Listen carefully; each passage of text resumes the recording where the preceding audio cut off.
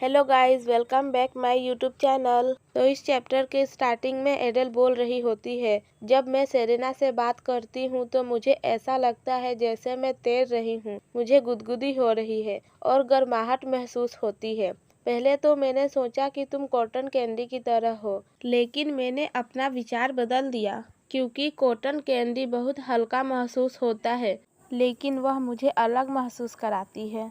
वह मार्शमेलो की तरह है। फिर चॉपिन फुसफुसाते हुए कहता है, क्या उसने सिर्फ सेरेना के लुक की आलोचना की थी? फिर रूफ कहता है, हाँ ऐसा हो सकता है। फिर सेरेना मुस्कुराते हुए कहती है, आप दोनों, मैं आपको सुन सकती हूँ। तभी उनकी ओर देखते हुए कहती है, ये दोनों प्राणी अक्सर एक दूसरे की दिखावटी का मजाक उड़ाते हैं, इसीलिए आपको चिंता करने की कोई जरूरत नहीं है माय लेडी। फिर चॉपिन कहता है, हो ये दोनों प्राणी, उन्होंने हमें प्राणी कहा। फिर सेरेना उनकी ओर देख रही होती है। तब एडल कहती है, मुझे नहीं लगता सेरेना उन्हें नापसंद करती है, और मैंने सुना है कि नौकरानियां नोबेल फैमिली से भी हो सकती है, इसीलिए सभी लोग मुझे मित्र जैसे लगते हैं और मैं भी सेरेना से दोस्ती करना चाहती हूँ। फिर सेरेना एडल की ओर देखते हुए कहती है, माय लेडी, आपने जो कहा उसे सुनने के बाद मुझे लगता है कि आप सही है। तभी रूफ कहता है, हाँ कितना नकली है ये।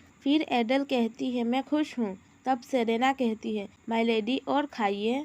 फिर एडल कहती है, ओके। फिर हमें एक सर्वेंट को दिखाया जाता है जो बोल रहे होते हैं, मैंने इतनी मेहनत से जो खाना बनाया है उसे खुशी खुशी खाने के लिए आपका शुक्रिया माय लेडी। मेरे लिए आपकी सेवा करना एक खुशी की बात है। फिर सीन शिफ्ट होता है और हमें नाइट का सीन दिखाया जाता है, जहां हमें एडल को सोते हुए दिखाया जाता है और वह कहती है, गुड नाइट एवरीवन। फिर सेरेना कहती है, यू टू माय लेडी। फिर चॉपिन कहता है, अच्छी नींद लेना। और रूफ कहता है, कोई भी नाइटमेयर मत देखना माय लेडी, मैं आपके लिए शांतिपूर्वक नींद की कामना करता हूँ। फिर सेरेना एडल को सोते हुए देखकर बोल रही होती है, माय लेडी कितनी काइंड पर्सन है। फिर हमें नेक्स्ट मॉर्निंग का सीन दिखाया जाता है, जहां सेरेना बोल रही होती है, माय लेडी आज हमारा आउटडोर लेसन है। फिर एडल आधी जगी हुई होती है और कहती है, क्षमा करें लेकिन ड्यूक के बारे में क्या?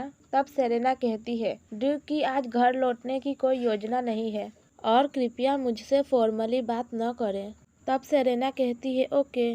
फिर एडल सोच रही होती है और कहती है, मुझे लगता है आज मैं अपने पिता से नहीं मिल पाऊंगी, और अपने गालों पर हाथ रखे उदासी से बैठी हुई होती है। फिर सेरेना एडल को टॉवल देते हुए कहती है, ये लीजिए माय लेडी। फिर एडल मुंह पोंछते हुए कहती है, मुझे आश्चर्य है कि आउटडोर लेसन क्या है।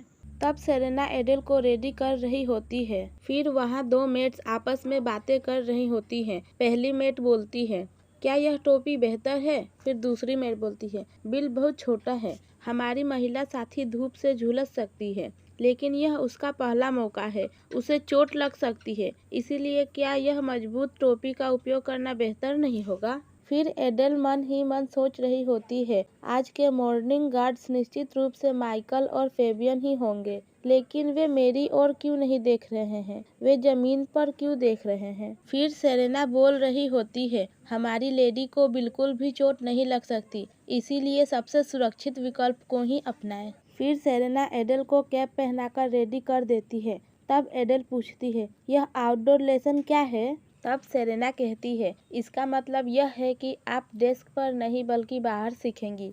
आज आप सवारी करना सीखेंगी, क्योंकि किसी दिन आप दिव्य पशु की सवारी करेंगी। फिर एडल सोच ही रही होती है, तभी सेरेना कहती है, मान लीजिए आपने यह बात सीधे टीचर अहीन से सुनी कि यह आपका सबसे इम्पोर्टेंट लेसन है। फिर एडल मन ही मन सोच रही होती है, दिव्य पशु, ड्यूक ने यह शब्द कल कहा था, उन्होंने कहा था कि दिव्य पशु सम्राट से भी ऊपर है, लेकिन मैं तो अभी तक यह भी नहीं जानती कि दिव्य पशु क्या है।